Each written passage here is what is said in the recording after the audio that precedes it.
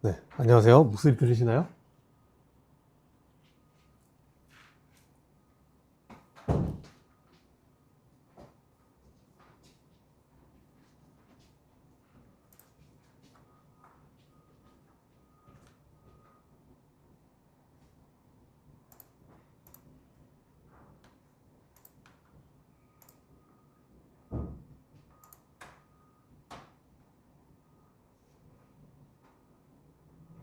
네. 네. 감사합니다. 네. 오늘 저희가 준비한 내용은 이 와이파이 7에 대한 내용인데요. 좀 시간이 이제 짧게 저희가 1시간가량 정도를 진행하는 좀 간단한 웨비나로서 좀 빠르게 진행하도록 하겠습니다. 일단 제 소개부터 먼저 드리자면, 대부분의 분들은 저를 좀 알고 계시는 것 같습니다만은, 그래도 모르시는 분들을 위해서 좀 제 소개를 드리자면, 저는 이제 기술지원팀의 김성진 대리라고 합니다. 보시다시피 오마다 쪽에 대한 그런 기술 지원과 프리세일즈 활동들을 좀 맡고 있습니다. 다음으로 넘어가서 이제 오늘의 컨텐츠들을 좀 소개를 드리자면,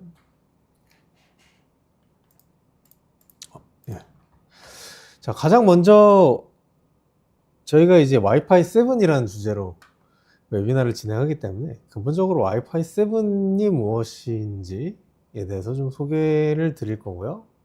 그 다음으로는 이제 두 번째, 세 번째, 네 번째로 좀 간단하게 와이파이 저희 7의 제품이 어떤 것이 있는지, 그 다음에 좀 저희가 그 중에서도 어떤 제품을 좀 많이 권장을 드리는지, 그리고 마지막으로는 이제 데모 키트, 저희가 이제 프로모션을 좀 하고 있습니다.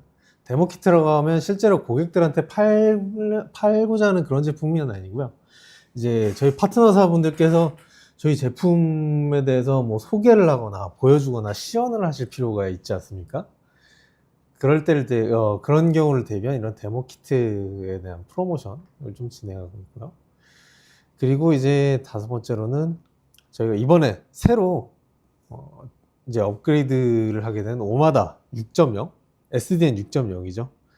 SDN 6.0에 대해서 간단하게 좀 소개를 하는 시간을 가지도록 하겠습니다. 마지막으로는 제가 궁금하신 점에 대해서 Q&A를 진행하겠습니다. 자, 이 와이파이 7, 사실 저희 TP링크가 와이파이 7을 좀 언급한 거는 거의 1년 가까이 좀 됐었습니다. 그때부터가 이제 상용화를 좀 준비하던 시기였고요. 최초에 저희가 작년 이맘때쯤에 뭐 호텔에서 와이파이 7에 대한 세미나와 그리고 소개 같은 것도 좀 한 적이 있었는데, 그때 당시에는 와이파이 7이 이제 상용화가 되고 아직 표준이 완벽하게 나오기 전이었습니다만, 지금은 이제 와이파이 7을 지원하는 클라이언트 기기들, 가장 대표적으로 많이 판매하는 삼성이나 애플과 같은 그런 메이저 스마트폰 제조사들도 이 와이파이 7을 지원하는 그런 스마트폰을 출시했기 때문에 아마 점차적으로 이 와이파이 7에 대한 수요는 좀 많이 늘어나지 않을까 라고 생각이 됩니다. 그리고 또 이제 뭐 지금 당장 와이파이 7을 필요하지 않더라도 언젠가는 지금 이제 클라이언트 기기들이 다 와이파이 7으로 넘어갈 거지 않습니까? 언젠가는 일반 사용자들이 사용하는 스마트폰들이나 노트북도 마찬가지로. 그렇기 때문에 인프라에 대해서 미래를 좀 대비하신다는 차원에서 와이파이 7을 좀 고려하시는 것도 좋을 것 같습니다. 자, 그럼 본격적으로 좀 넘어가 볼까요?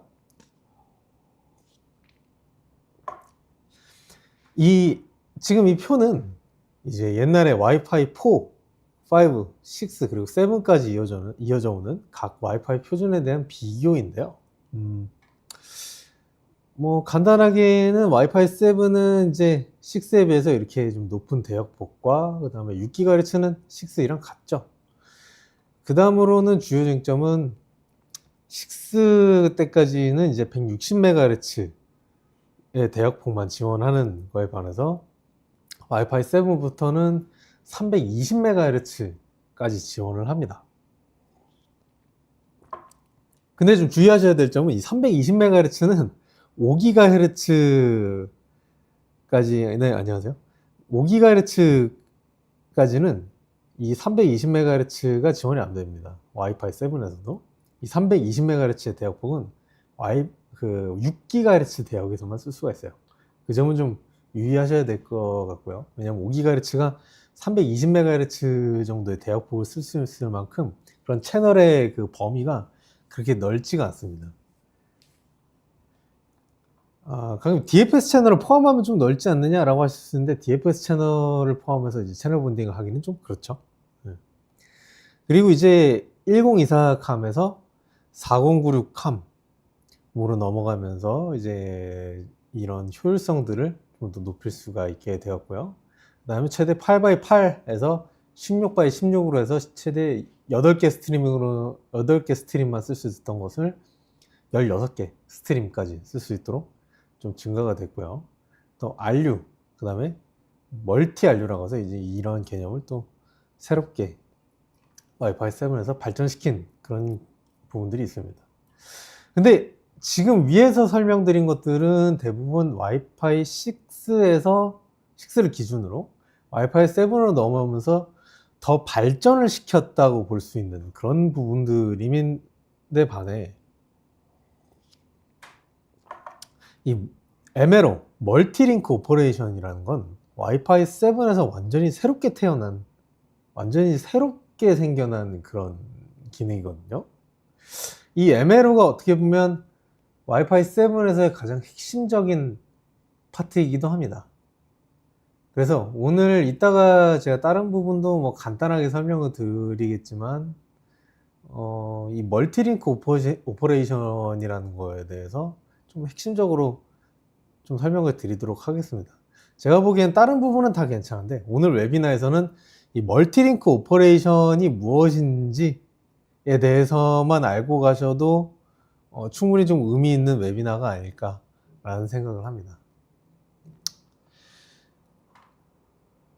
자, 이 와이파이 4부터 와이파이 7은 이제 점점 이렇게 발전시킴에 따라서 이제 새로운, 그러니까 뭐 5에 대비해서 6는 새로운 버전인데 그때 어떤 부분에 주안점을 두고 좀 개발을 했느냐 같은 그런 개념들을 이 지금 부분에서 좀 볼 수가 있는데요. 뭐냐면 예를 들어서 802.11n으로 규정되는 와이파이 4는 하이스루풋이라고 했습니다. 그래서 HT라는 이름 명칭으로 이렇게 많이 불렸었죠. 와이파이 5는 좀 더 발전하면서 베리 하이 스루풋이라는 의미로 VHT라고 했습니다. 가끔씩 저희 것뿐만 아니라 무선 AP나 뭐 공유기 사용해서 보면은 뭐 VHT 80, 뭐 HT 80, HT 40 뭐 이렇게 표기된 부분을 본 적이 있으실 수도 있을 겁니다. 그 VHT라는 게 바로 와이파이 5를 의미하는 규격이기도 합니다.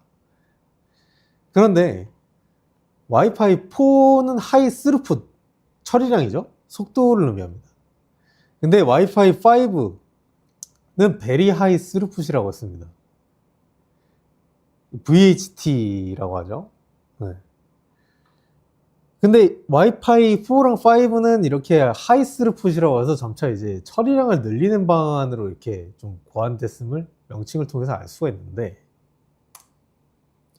와이파이 6는 하이 에피션시, 높은 효율성이라는 이름으로 바뀌었습니다. HE라고 되어 있죠. 그래서 저희 와이파이 6 공유대를 보면 HE160 뭐 이렇게 되어 있지 않습니까? 그게 와이파이 6인데 160MHz를 지원하는 그런 의미라는 뜻이죠. 그래서 각각의 와이파이 제품들은 이렇게 HT, VHT, HE라는 명칭이 어느 정도 있기도 합니다. 그런데 좀 궁금한 게 있으시죠? 왜 와이파이 4랑 5까지는 하이스루풋이라고 하다가 와이파이 6부터는 왜 에피션시, 효율성이라는 이름으로 이렇게 바뀌었을까? 실제로 이전표를 잠깐 보면 이 최대 속도, 각 표준에서 지정되는 최대 속도를 좀 보면 와이파이 4에서 5는 거의 약 6배 정도가 늘었습니다. 600메가, 0.6이죠? 0.6GBps죠. 근데 3.5니까는 거의 6배 하면 3.6인데 거의 6배 수준에 달하는 그 정도의 속도 향상을 4에서 5로 넘어갈 때는 보여줬는데, 그리고 또 6에서 7으로 넘어갈 때도 거의 이 정도면 한 5배 가까이?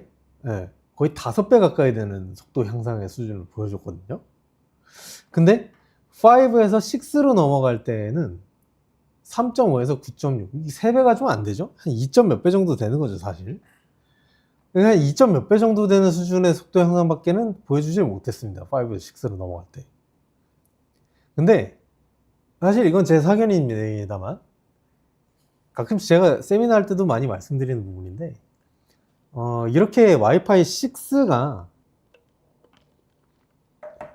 5나 4에 비해서 속도 향상이 아니라 이런 효율성을 중점으로 좀 고안된 이유는, 그때 당시에 이런 네트워크에 대한 사회적 배경 같은 게 좀 있지 않았을까 예상을 합니다. 왜냐면 2013년도부터 2019년도 사이에 이제 좀 대두되고 발전되었던, 좀 사용화되기 시작했던 게 뭐냐면 IoT입니다. 사물 인터넷이죠.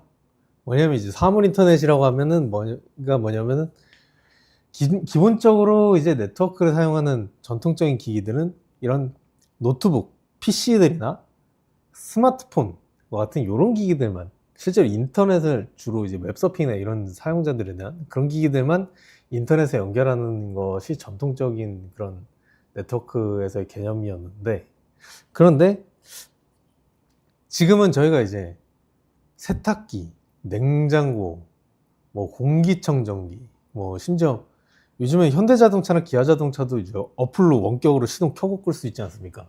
자동차도 인터넷에 연결되는 겁니다. 그렇게 하다 보니까는 이제 이 네트워크라는 거에 연결되는 기기의 수들이 기하급수적으로 늘어난 거죠. 그렇다 보니까 이렇게 기하급수적으로 이제 연결되는 기기가 늘어나니까 당연하게도 속도 향상보다는 효율성에 좀 신경을 쓸 수밖에 없었던 거죠. 왜냐하면 이 사물 인터넷들은 뭐 저희 TV나 냉장고 같은 기기들이 실제적으로 그렇게 뭐 데이터 트래픽을 많이 먹는 건 아니지 않습니까? 그렇다 보니 그런 사물 인터넷이 개발되는 그런 사회적 배경에 어우러져서 5에서 6로 넘어갈 때는 조금 이제 높은 처리량보다는 효율성을 중점으로 하는 그런 부분에 대해 이제 주안점을 두고 개발이 되지 않았나 라는 제 개인적인 좀 의견이 있습니다. 그런데 이제 6에서 7으로 넘어갈 때는 요 근래 시대는 이제 또 AI 시대니까는 또 정보 처리량이 좀 많이 요구되기도 하고, 요즘은 이제 스트리밍 시대지 않습니까? 뭐 굉장히 이제 네트워크로 다양한 좀 빠른 속도를 요구하는, 또 영상도 보면 요즘 영상들은 유튜브만 봐도 1440p 해상도에 막 60프레임을 해놓은 고해상도의 고프레임의 영상들을 이제 다운로드 받다 보니까 이제 6에서 7으로 넘어갈 때는 비교적 좀 그 높은 처리량을 다시 한번 필요로 하는 그런 시대가 오게 되지 않았을까라는 생각을 합니다.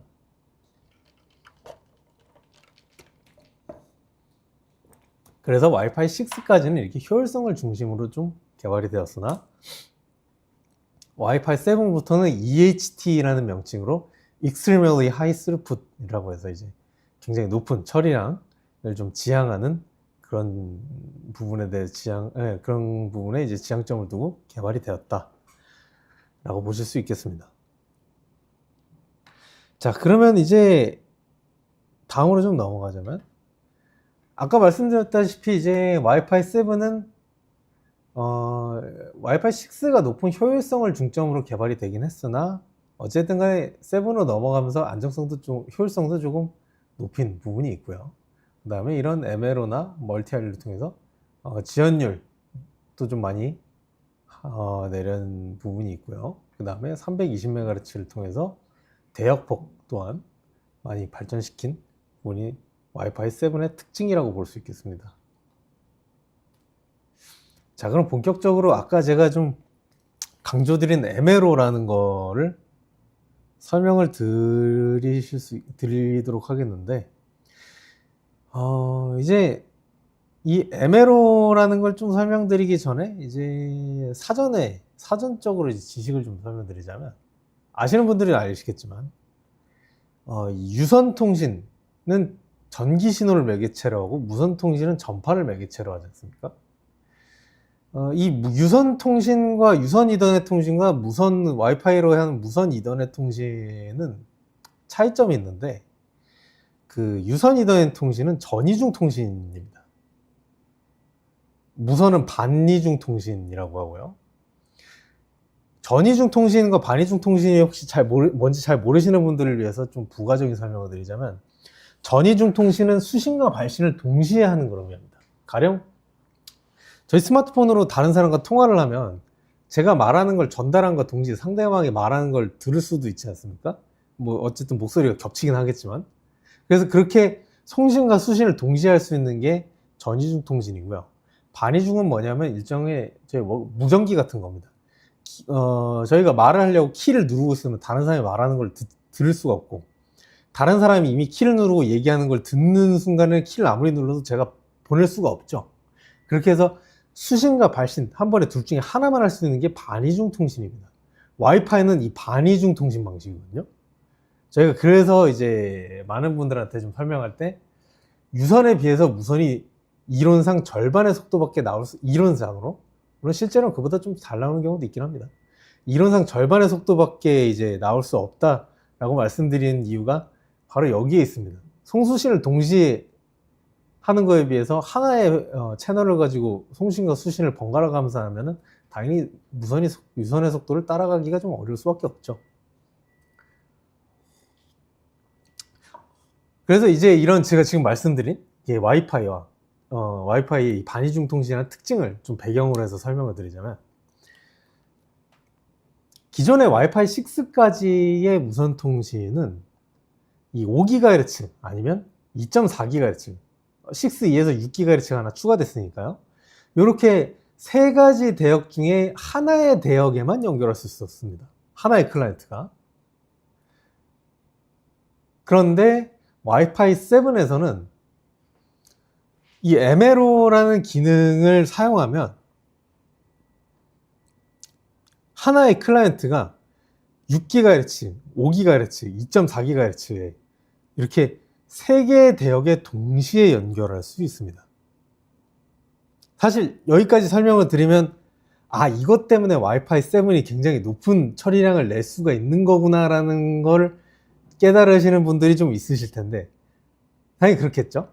기존에 한 개 채널만 연결하던 거에서 동시에 세 개 대역을 연결하니 당연히 이 세 개 채널로 다 통신을 할 거지 않습니까? 그러니까 당연히 속도 향상도 늘릴 수 있고, 다중대역을 연결하니까요. 속도 향상도 늘릴 수 있고, 그 다음에 안정성도 높일 수가 있는 거죠. 한 번에 한 개 채널이 아니라 세 개 채널. 세 개 채널 중에 하나만 끊어져도 나머지 두 개 채널로 계속 통신을 할 수가 있으니까요.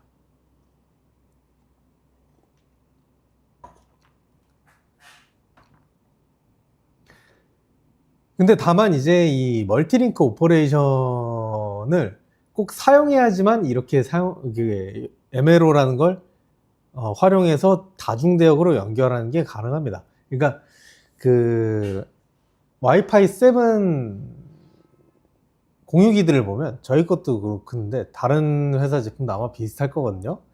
MLO라는 걸 지원하는 별도의 SSID를 생성하도록 되어 있습니다. 그래서 이 MLO라는 기능이 활성화되어 있는 SSID가 별도로 따로 생성이 되고, 기본적으로 공유기가 그냥 제공하는 뭐 2.4, 5GHz, 6GHz에 연결하면 그건 그냥 단일 대역으로 연결하게 되는 거니까요. 이 부분은 좀 참고해서 나중에 뭐 저희 것뿐만 아니라 다른 타사의 뭐 와이파이 7 제품을 사용하시더라도 이 부분은 좀 알고 계시는 게 좋을 것 같습니다.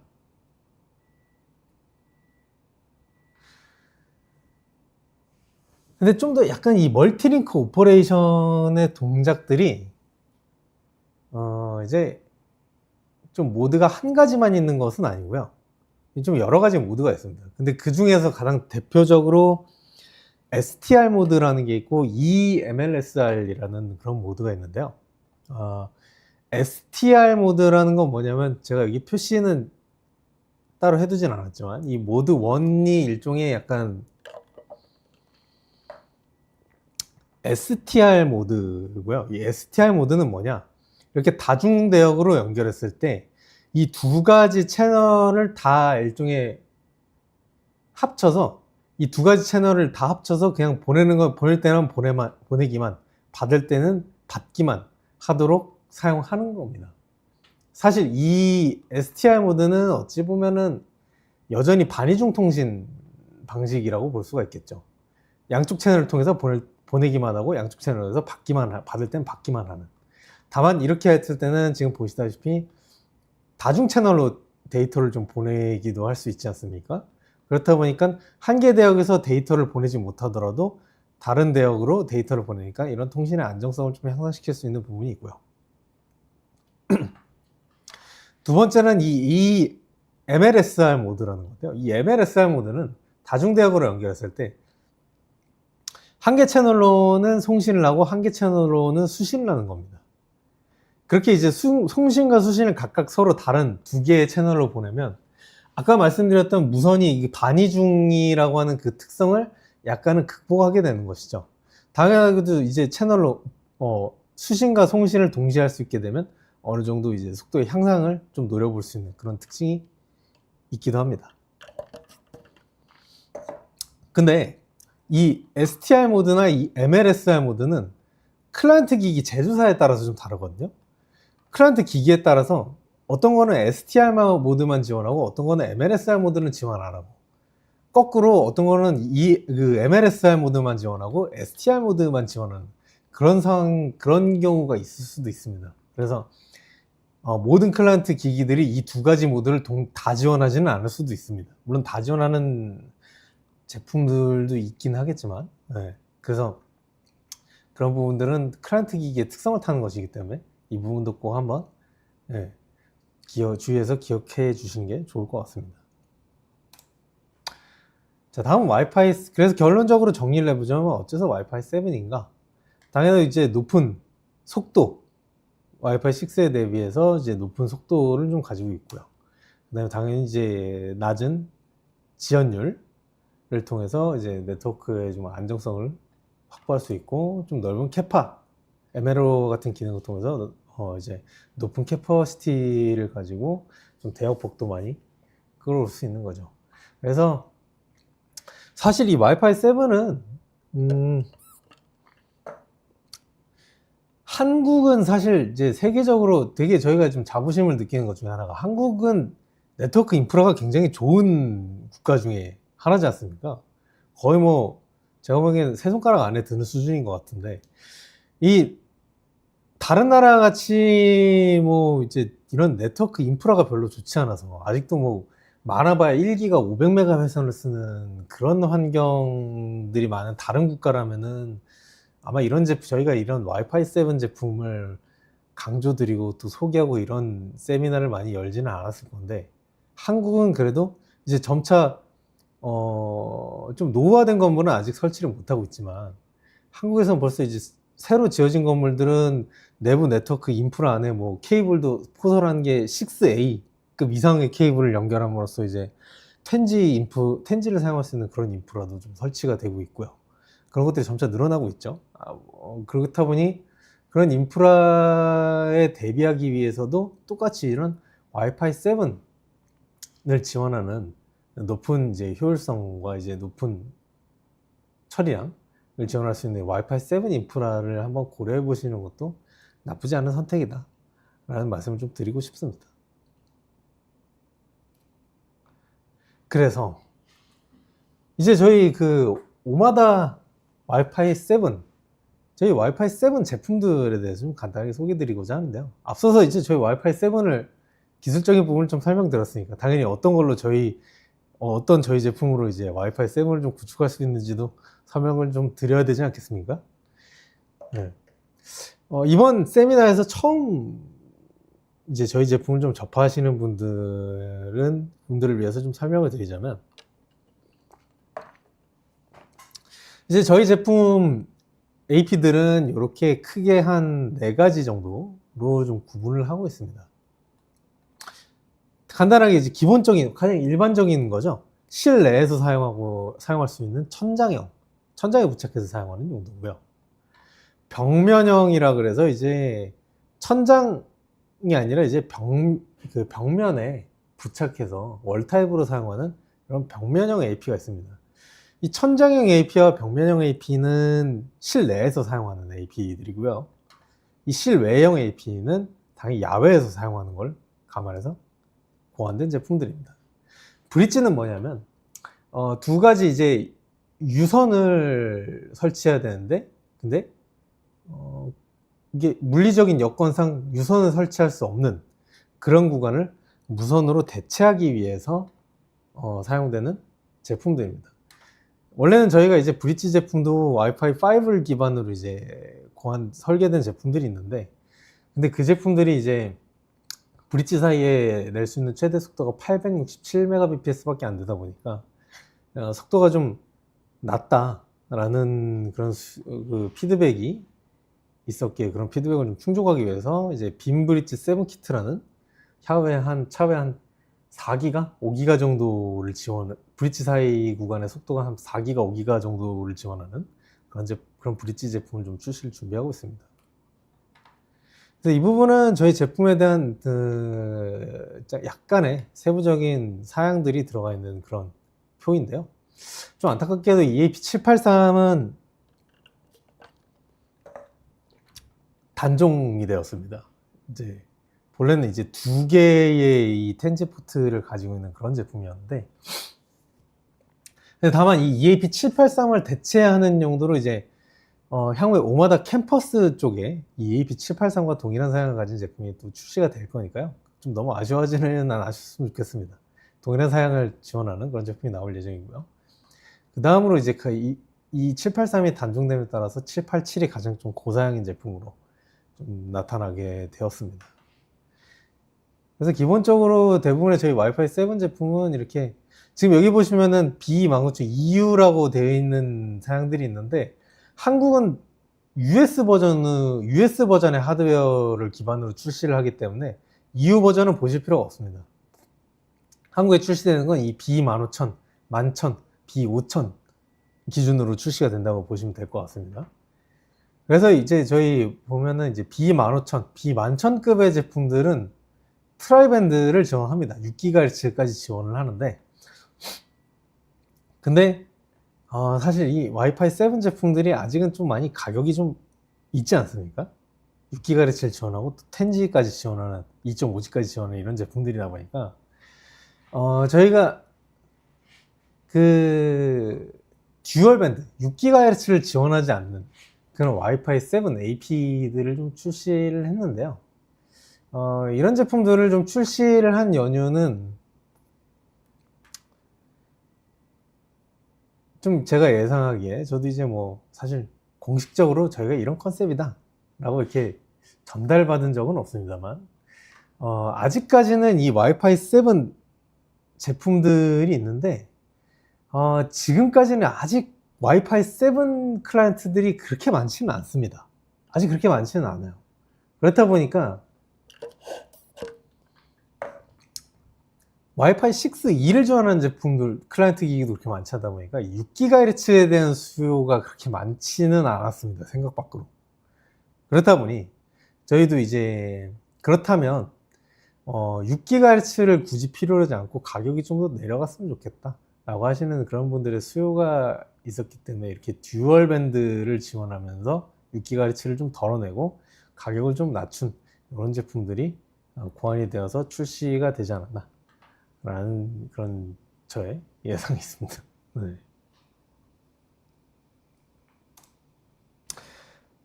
그래서 이제 저희는 보통 오마다라고 하는 SDN을 솔루션을 좀 지원을 하는데, 여기에서 말씀드리고자 하는 건 이제 그런 오마다에 연동될 수 있는 이런 오마다 액세스 포인트, 그 다음에 스위치, 게이트웨이, 라우터들이죠. 그 다음에 이런 액세서리 제품들이 이렇게 있다라는 걸 좀 간단하게 소개를 드리고 싶었고요.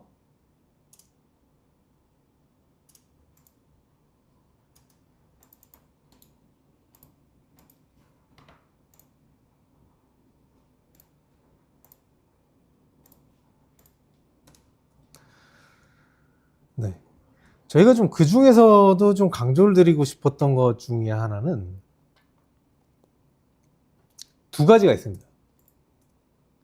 와이파이 772와 773인데요.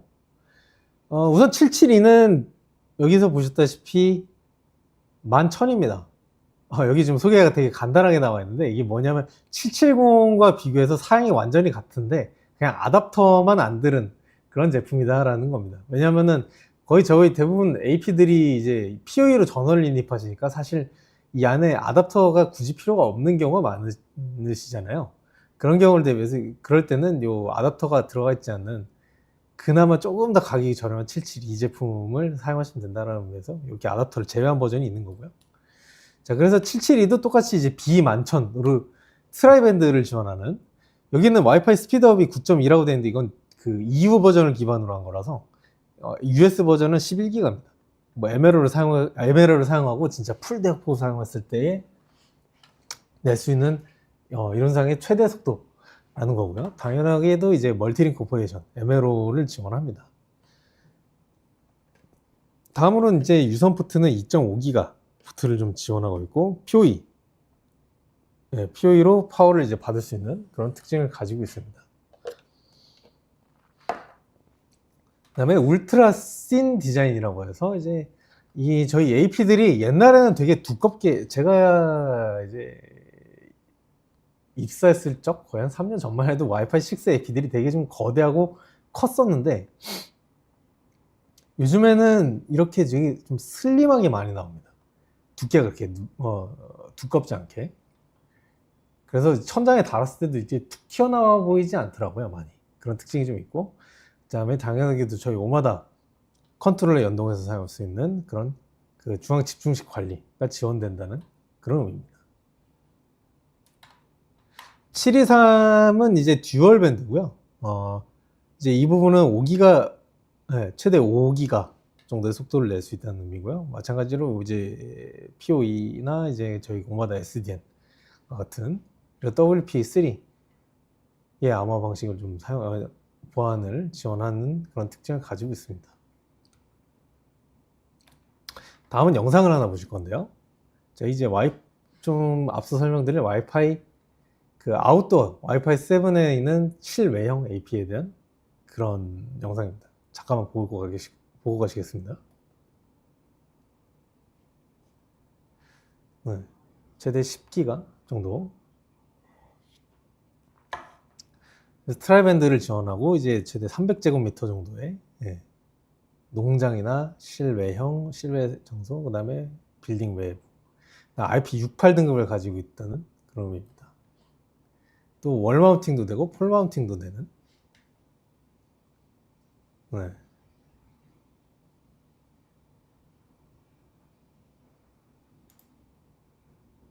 자, EAP772 아웃도어라는 제품이 있는데요. 기존에서 저희 이제 생각보다 지금 여기 들어와 계시는 분들 중에서도 저희 그 아웃도어 610 아웃도어가 좀 가장 오래된 제품이다 보니까 그런 아웃도어형 제품을 좀 많이 사용해 주신 분들이 있는 걸로 알고 있거든요. 당연하게도 이제 6에서도 아웃도어 제품을 많이 애용해 주시니까 이제 차후에 와이파이 7에 대해서도 이런 아웃도어 제품이 좀 저희가 출시를 해야 되겠죠, 당연히. 대부분의 것들은 이제 뭐 이 제품은 일단 무지향성 안테나라서 지향성은 아닙니다. 생긴 거 보면 이제 이렇게 네모나게 보여서 이 부분으로만 이제 송출을 하는 건 아닌가 라는 것처럼 보이지만 실제로는 무지향성입니다. 그러니까 그런 부분은 걱정하실 필요가 없으실 거고, 실외형이기 때문에 이렇게 300제곱미터 정도의 넓이를 어느 정도 커버를 할 수가 있을 거다라는 부분이 있고요. 당연하게도 오마다 저희 중앙 집중식 관리 시스템 SDN에 연동해서 사용하실 수도 있고요. 그리고 IP68 등급을 가지고 있기 때문에 이제 외부 충격이나 뭐 태풍이나 비바람에도 굉장히 강력합니다. 그래서 저희가 이 방수 기능을 테스트한 영상이 하나 있는데요. 그것도 잠깐 좀 보고 계시죠. 지금 보시면 이제 저희 AP가 이렇게 있지 않습니까? 이제 이 AP를 아예 물에다 담글 겁니다. 자, 보시면 이렇게까지 담궜는데 여전히 AP는 정상적으로 켜져 있고, 보통 전자장비가 물이 들어가면 전원이 그냥 꺼져버리지 않습니까? 문제가 생기면. 근데 지금 이렇게 담궜는데도 정상적으로 전원이 잘 켜져 있고 특별히 이상이 없는 그런 이제 굉장히 좀 높은 등급의 방수 기능을 가지고 있다라고 보실 수 있겠습니다. 다음은 이제 저희 데모 키트 프로모션인데요. 아까 말씀드렸다시피 저희가 지금 이제 저희 와이파이 7 제품들에 대해서 이런 데모나 좀 고객 이제 파트너사분들께서 엔드 유저나 고객사분들께 좀 보여드리기 위한 그런 제품이 좀 필요하실 수도 있지 않습니까? 저희 그런 걸 대비해서 이렇게 저희 지금 여기 파트너 프로그램 사이트인데요. 아마 이미 가입을 해두신 분들이 있을 겁니다. 가입이 안 되신 분들은 아마 이 사이트 들어가서 가입 그 등록 요청이나 그런 걸 하셔야 될 겁니다. 이걸 등록 요청을 하시는데 그 가입 아마 이게 승인이 저희 영업부서에서 받아줘야지 이제 정상적으로 가입이 완료될 거거든요. 그래서 이렇게 파트너 프로그램 들어가서 가입을 완료하시고 나서 이 빠른 메뉴 들어가서 데모 신청을 누르시면 요 화면이 이렇게 뜹니다. 요 화면에서 이제 뭐 여기 지금 제가 예시로 든 건 비지도 있고요. 뭐 오마다도 있습니다. 그래서 오마다 중에 이렇게 EAP 723 같은 거, 요 제품들 저희가 이제 반값 정말로 이제 50%로 드리고 있거든요. 이 데모 키트를. 네. 데모 키트 50%로 드리고 있다 보니까 당연하게도 저희가 이제 이거는 판매용 제품이 아니지 않습니까? 그래서 이 아이디 하나당 이 데모 키트는 하나밖에 구매가 안 됩니다. 그리고 당연하게도 저희가 이거는 어떻게 보면은 이제 데모 시연하고 마케팅은 아니지만 이제 데모를 시연하고 고객분들께 좀 영업 활동에 도움이 되시라는 의미에서 이렇게 좀 저렴하게 판매를 하는 거다 보니까 이 제품을 고객사에 판매하는 건 금지가 되겠죠, 당연히. 네. 그래서 아래 데모 신청 절차나 이런 방식을 좀 참고하셔서 나중에 저희한테 데모 키트를 좀 50% 할인된 가격에 구매하실 수 있다 라는 내용을 좀 전달드립니다.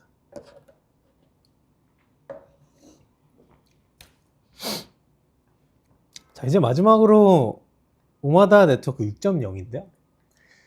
이 부분은 사실 시간상 좀 너무 디테일하게 설명드리기 좀 어렵기 때문에 간단하게 이제, 왜냐면 저희 지금 이제 오마다 SDN의 버전의 변천사가 4점대 버전에서 이제 5점대 버전으로 넘어갔다가 그 다음에 5점대 버전에서 5.15 버전으로 넘어갔습니다.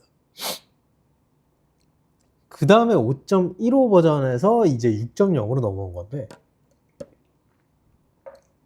좀 많은 분들이 사실 이게 6.0으로 업데이트된 지가 몇 달이 안 됐습니다. 그러다 보니까 최근에 저한테 전화를 좀 주셔가지고 UI가 너무 많이 바뀌었어요 라고 이렇게 뭐 문의 주시는 분들이 많이 있으셨는데요. 확실히 이제 제가 알기로는 단 하나 빼고는 없어진 기능은 없습니다. 저희 컨트롤러가 라디우스 서버 기능을 지원했었는데 6.0으로 업데이트 되면서 그 라디우스 서버 기능만 지원을 안 하게 됐습니다. 좀 너무 특별히 사용하시는 사례나 수요가 별로 없다고 판단했나 봐요. 그리고 그 라디우스 서버가 생각보다 이제 그 컨트롤러의 사양을 좀 많이 잡아먹는 부분도 있고 해서, 그거 말고는 실질적으로 이전에 5.15 버전이나 5점대 버전에서 새로 생긴 건 있어도 없어진 건 없습니다. 그러니까 메뉴가 좀 달라졌다 뿐이지 기능이 없어진 건 지원이 안 되도록 바뀐 거 아니니까 그 부분은 걱정하지 않으셔도 되고요. 뭐 이제 대략적인 이건 개요니까요. 이렇게 완전히 좀 새로 프레임워크가 좀 많이 보시다시피 UI가 좀 많이 바뀌었고요. 로딩이나 이런 것들을 저희가 좀 빠르게 하도록 최적화를 좀 시키려고 많이 노력을 했고, 그다음에 토폴로지 기능을 좀 보기 편하도록 여러 가지 토폴로지 기능 안에 좀 더 많은 정보를 띄울 수 있도록 저희가 좀 개선을 했고, 이제 VLAN 이게 좀 많이 바뀐 부분인데요. VLAN을 좀 많이 사용하시니까 이 부분은 제가 좀 이따가 다시 한번 설명을 드리도록 하겠습니다. 점수 시스템에 대해서 이제 점수를 매겨서 간편하게 지금 상태가 어떤가를 좀 빠르게 체크하실 수 있는 그런 부분도 있고, 이제 클라이언트 인식도 좀 저희가 개선을 했습니다. 좀 세부적으로 보다 보면 메뉴가 좀 많이 바뀌었죠. 예전에는 설정 하나만 있었는데 이제 네트워크 컨피그, 디바이스 컨피그 이렇게 두 가지로 나뉘어서 제품의 네트워크에 대한 설정과 장치에 대한 설정, 이렇게 두 가지로 바꾸도록 저희가 분리를 좀 시켜놨습니다. 그리고 토폴로지 기능도 원래는 이 토폴로지 그 보는 부분이 원래는 이 맵 안에 있었거든요. 근데 지금은 이제 대시보드로 넘어갔습니다. 이 토폴로지가. 이 부분 좀 많이 문의 주시던 부분이었어요. 예전에 맵에서 이 토폴로지가 있었는데 맵에 없어졌어요 라고 하시는 분들이 있는데, 대시보드 한글 UI에서는 계기반이라고 되어 있을 겁니다. 계기반이라는 걸 들어가시면 이 위에 토폴로지가 있습니다. 여기로 이 토폴로지 기능이 바뀌었으니까요. 그 부분은 좀 유의해서 참고하시면 될 것 같습니다. 그래서 이제 클라이언트 인식 같은 경우도 옛날에는 좀 해상도가 많이 깨졌네요. 이제 클라이언트 기기들도 보면 옛날에는 그냥 뭐 특별히 클라이언트의 유형을 구분하거나 지정하거나 할 수 없었는데, 지금은 뭐 카메라면 IPC, 그 다음에 인식할 때 뭐 안드로이드면 안드로이드, 아니면 뭐 윈도우면 윈도우, 약간 그 iOS면 iOS, 이렇게 OS까지 어느 정도 분간을 하기도 합니다. 실제로 제가 보니까는 그 iOS, 애플 제품들은 연결하면 iOS라는 이름으로 이제 그 장치가 뜨더라고요. 그런 방식으로. 그래서 이 클라이언트 기기가 대략적으로 뭐 어떤 특징을 가진 기기인가 정도도 간편하게 좀 어느 정도는 좀 분간을 할 수 있게 그렇게 좀 개선이 되었습니다. 물론 타사 제품에 대해서 분간하는 거기 때문에 뭐 생각보다 완벽하게는 안 될 수도 있기 때문에 그 부분은 좀 감안을 해주시면 좋을 것 같고요. 이제 스마트 토폴로지라고 하는데, 이제 토폴로지 내부에서는 옛날에 이렇게 좀 간단하게 구성도 느낌의 요 정도만 볼 수 있으면, 지금은 이제 뭐 여기 POE 인포메이션, POE 상태라든가 뭐 SSID, 포트 정보가 어떻게 되어 있는가 뭐 이런 것들에 대한 정보를 좀 더 세밀하게 보실 수도 있고, 옛날에 나타나지 않았지만 이제 게이트웨이가 다중 WAN을 쓸 때, 옛날에는 인터넷 하나만 연결되어 있으면 그냥 인터넷 연결되어 있다고 떴었거든요. 근데 이번에는 좀 업데이트를 해서 다중 WAN을 쓸 경우에 어느 WAN이 오프라인 상태인가 뭐 이런 것들에 대한 것도 좀 보여줄 수 있도록 개선이 되었습니다. 이 부분은 좀 많이 제가 설명을 드리고 싶었던 부분인데요. 기존에 저희 컨트롤러에서 VLAN 설정하실 때 보면 사실 제가 봐도 좀 불편한 점이 있었습니다만, 기존에는 어떻게 했냐면 이 컨트롤러의 랜 메뉴에 들어가서 일단 VLAN 인터페이스를 하나 만듭니다. VLAN 인터페이스를 하나 만들고, 그 다음에 그 랜에서 스위치 프로필에 들어가서 스위치에 적용할 프로필을 하나 만듭니다. 그리고 그 프로필 안에다가 여기서 앞서서 만든 VLAN을 적용해서 프로필을 만들었어야 됐죠. 그리고 제품에 들어가서 또 그 프로필을 적용하는 그런 과정이 필요했었습니다. 그러니까 뭐냐면 메뉴를 거의 3개 메뉴를 각각 따로따로 들어가 가지고 VLAN 생성하고 프로필 생성하고 또 장치에다 그 프로필 적용하고, 이런 것들이 이런 과정들이 필요로 했었죠. 근데 이번에 6.0에서는 좀 약간 그런 헷갈리는 부분들이 많다고 판단돼서인지, 6.0에서는 사실 지금 화면에서는 잘 안 보실 수도 있겠지만 VLAN을 생성하는 데 대해서 위에 이렇게 단계가 있습니다. 그래서 최초의 VLAN에 대해서 어떻게 생성할 건지, VLAN을 생성할 건지 아니면 인터페이스 생성할 건지, 이렇게 VLAN을 생성하고 나서 대역이나 뭐 이런 거 설정하고 나서 다음을 누르면 그 다음에 바로 이게 나옵니다. 당신은 지금 어떤 장비에 어떤 포트에 이 VLAN을 적용하고 싶으신가요? 라는 게 바로 2단계입니다. 따로 메뉴를 별도로 들어가실 필요가 없습니다. 적용할 때 그냥 바로 다음 메뉴로 적용할 포트를 선택할 수 있습니다. 지금 여기에는 예시로 든 건 장비가 하나밖에 없어서 하나만 뜨는데, 동시에 여러 토폴로지로 나타내 주거든요. 이 토폴로지 상에서 어떤 장비 하나하나 각각 클릭해서 한 번에 VLAN을 내려줄 수 있습니다. 동시에 여러 개의 제품에 여러 개 포트에 한 번에 지정할 수가 있다는 뜻이죠. 그 다음에 이렇게 지정이 완료됐으면 마지막으로 확인을 하는 겁니다. 어떤 포트에 연결할 건지, 어떤 포트에 적용할 건지, 그리고 마지막으로 넥스트 누르면 끝나는 거죠. 그래서 이전처럼 저희가 5.15까지 해서처럼 그렇게 여러 가지 메뉴를 들어가서 보실 필요가 없이 간단하게 한 개 메뉴에서 순차적으로 단계별로, 그게 바로 저희가 설명하는 이 마법사 기반 3단계라는 의미입니다. 그런 방식으로 이제 VLN을 좀 더 간단하게 설정하실 수 있게 되었다. 요게 제가 보기에는 이 부분이 좀 6.0에서 가장 좀 주요적인 변화점이 아닌가 라는 생각이 듭니다. 자, 그렇게 해서 제가 오늘 좀 이번 웨비나에서 준비한 내용은 이렇게 좀 간단하게 마무리가 되었고요. 자, 지금 Q&A로 저희 남겨주신 질문들이 좀 있는 것 같은데, 제가 좀 시간 쫓겨서 강연을 좀 하다 보니까 질문들을 좀 위에서부터 볼까요?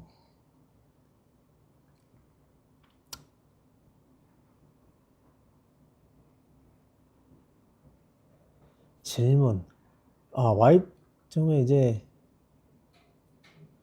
정호지 님이신가요?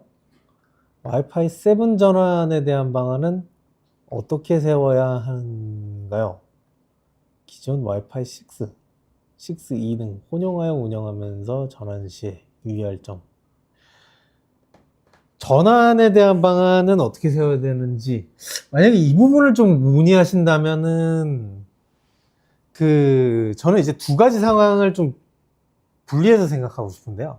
아까 저희가 보여드린 것처럼 와이파이 7 제품에 보면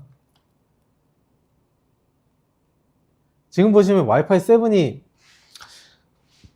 6GHz를 지원하는 제품이 있고 지원하지 않는 제품이 있지 않습니까? 지원하는 제품과 지원하지 않는 제품. 근데 만약에 6GHz 인프라까지 같이 하고 싶으시다면 저는 한꺼번에 전환을 하시는 걸 좀 권장드리고 싶습니다. 왜냐하면 어떤 거는 6GHz 같은 사이트에 있는데 어떤 건 6GHz 지원하고 어떤 AP는 6GHz를 지원하지 않게 되면 6GHz를 사용하고자 하는 클라이언트가 있을 때 와이파이 6 AP 근처에 있을 때는 6GHz 신호가 매우 안 좋아지겠죠. 그러면 이제 사용자들이 봤을 때 아니 6GHz가 좋다고 했는데 왜 6GHz는 왜 더 이게 막 연결이 다 안 되고 성능이 안 좋냐, 이런 클레임이 좀 들어올 수 있으리라고 생각이 됩니다. 만약에 근데 저희 제품 중에서 이제 5GHz까지만 듀얼 밴드까지만 지원하는 거를 같이 사용하신다면 사실 뭐 약간은 어느 정도 혼용해서 사용해도 좀 괜찮지 않을까. 네. 그리고 와이파이 7 전환하시려면 당연히 높은 속도를 지원하기 때문에 그에 맞춰서 유선 인프라조차도 뭐 2.5기가나 뭐 10G를 지원하는 그런 인프라로 좀 같이 바꾸시는 걸 권장을 드립니다. 보안과 관련된 취약점과 시스템 확보라는 건 어떤 걸 의미하시는지 좀 잘 이해가 안 되네요. 처절한 목요일님이 질문 주신 6E AP를 사용 중인데 와이파이 7의 MLO 기능을 쓰려면 기존 백본 스위치 구성의 어떤 부분을 우선 점검해야 되나요? MLO 기능은 사실 스위치랑은 좀 연관이 없는 부분입니다. MLO는 순수하게 와이파이 7 AP와 클라이언트 기기 사이에 연결하기 때문에 스위치가 관여하는 부분은 특별히 없고요. 근데 관여하는 부분이라면 점검이라기보다는 이제 그런 부분을 좀 보셔야 될 필요가 있죠. 와이파이 7은 MLO를 사용하면 막 스루프 처리량이 대역당 막 2.5기가까지 막 늘어나고 그러거든요. 그렇지 않습니까? 저희 보면은 지금 AP들조차 보면은 5GHz에서 기본으로 4.3기가 뭐 이렇게 지원을 하는데, 그런데 유선 백본 스위치나 위에 있는 스위치 구성이 기가비트 이더넷 1G까지만 지원하면 사실 AP가 유선 인프라에 비해서 너무 오버스펙이 되는 거지 않습니까? 그러니까 점검이라기보다는 유선 인프라가 이 무선에서 AP의 대역 처리량을 충분히 감당하고 그 이상이 되는지를 좀 보셔야 될 필요가 있죠. 네, 그런 부분은 유선 인프라에 대해서 좀 고려를 하셔야 될 것 같습니다.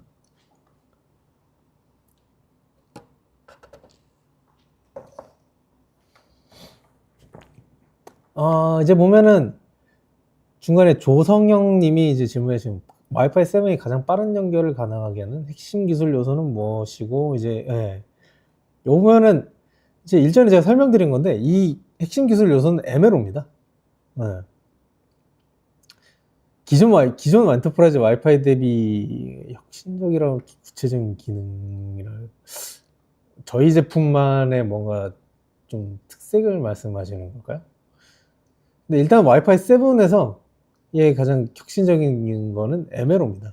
MLO를 통해서 다중대응 연결을 하고 그에 따라서 네트워크 연결에 대한 안정성과 처리량 향상 그런 것들이 이제 특징인 것이죠. 와이파이 7의 핵심 기능인 MLO 320MHz 실제 성능이 어떤 게서 양재영 님이 질문하신 이제 와이파이 7의 핵심 기능이라는 거 이거는 그 결과적으로 이제 와이파이 7 자체가 안정성을 늘리고 이제 처리량을 향상시키는 거지 않습니까? MLO도 마찬가지로 아까 말씀드렸다시피 이런 MLO 제가 좀 세부적인 설명을 이미 드렸기 때문에 좀 말씀드리자면 안정성과 MLO는 안정성과 이제 속도 처리량 발전에도 좀 도움을 줄 수 있고요. 320MHz 채널은 대역폭이지 않습니까? 대역폭은 늘어나면 늘어나는 것만큼 속도에 정비례합니다. 그렇기 때문에 이 320MHz 그리고 4K 캄은 어느 정도 이제 효율성에 좀 중심을 둔 것이고요. 4K 캄은 좀 약간 되게 딥한 부분이라 이 부분은 좀 좀 자세하게 설명드리지 않고 좀 간단하게 효율성의 향상이라고만 좀 말씀드리겠습니다. 다음으로 또 조성영 님이 질문하신 이제 오마다 컨트롤러를 사용해서 와이파이 7 AP를 메쉬로 구성할 때 성능 저하를 최소화하는 방법은 무엇인가요? 와이파이 7 AP 간 메쉬 간에서 멀티링크 백콜의 품질은 어느 정도인지. 근데 사실 이렇게 말씀하시니까 제가 이제 품질이 어느 정도인지라고 말씀하시니까 제가 뭐 어떤 단위나 어떤 기준으로 좀 설명을 드려야 될지가 좀 어렵네요. 네. 성능 저하, 메쉬로 구성할 때 성능 저하를 최소화하는 방법은 메쉬라고 말씀하신 게 어떻게 보면 저희 AP와 AP를 무선으로 연결하는 걸 말씀하셨던 거라고 제가 좀 가정을 하고 말씀드리자면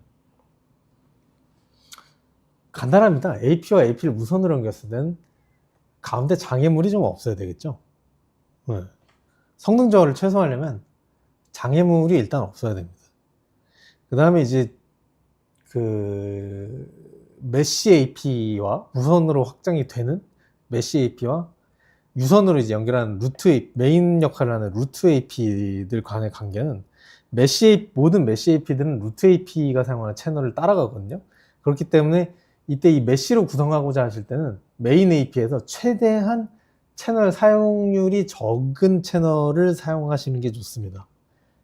이게 바로 성능 저하를 좀 최소화하는 방법이죠. 간단하게 두 가지는 루트 AP는 이제 채널 간섭 사용률이 가장 적은 걸 사용하는 거 첫 번째, 두 번째는 메쉬 AP와 메인 AP 사이에 장애물이 없도록 하는 거. 네.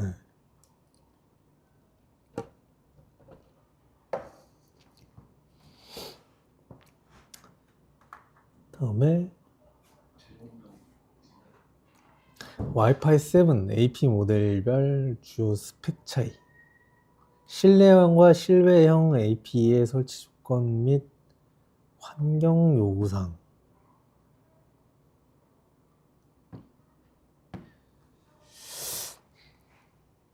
모델별 주요 스펙 차이요. 근데 이제 좀 이거를 양재영 님이 질문하신 이제 모델별 주요 스펙 차이가 저희가 모델이 한 두세 개만 있는 게 아니라 지금 보시다시피 모델이 굉장히 많다 보니까 이게 좀 세부적으로 말씀드리기 좀 어려운 부분이 있는데 핵심적으로 15,000, 11,000, 5,000 이렇게 제품군에 대해서 비교를 하자면 5,000은 11,000하고 15,000에 비해서 듀얼 밴드라는 점 아까 좀 말씀드린 대로 그런 부분이 좀 차이가 있고요. 그 다음에 11,000부터는 이제 트라이 밴드로 좀 이제 그런 6GHz까지 지원하는 특징이 있는데 15,000과 11,000은 이제 5GHz에서의 최대 속도가 이렇게 좀 차이가 납니다. 당연하게도 이제 5GHz에서 이렇게 높은 속도를 지원하기 때문에 15,000은 텐지를 주로 가져가고요. 그 다음에 이 11,000급에서는 10G도 있지만 가끔씩 좀 저렴하게 2.5G 포트를 지원하는 이런 특징이 있습니다. 이런 차이가 좀 있고요.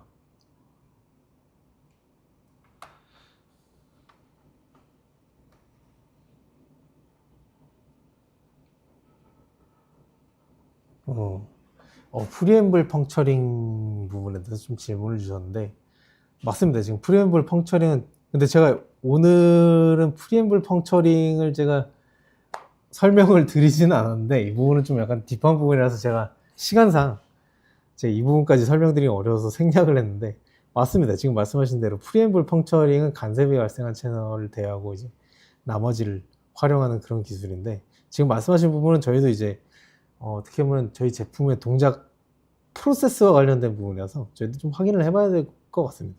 네, 로직에 대해서는.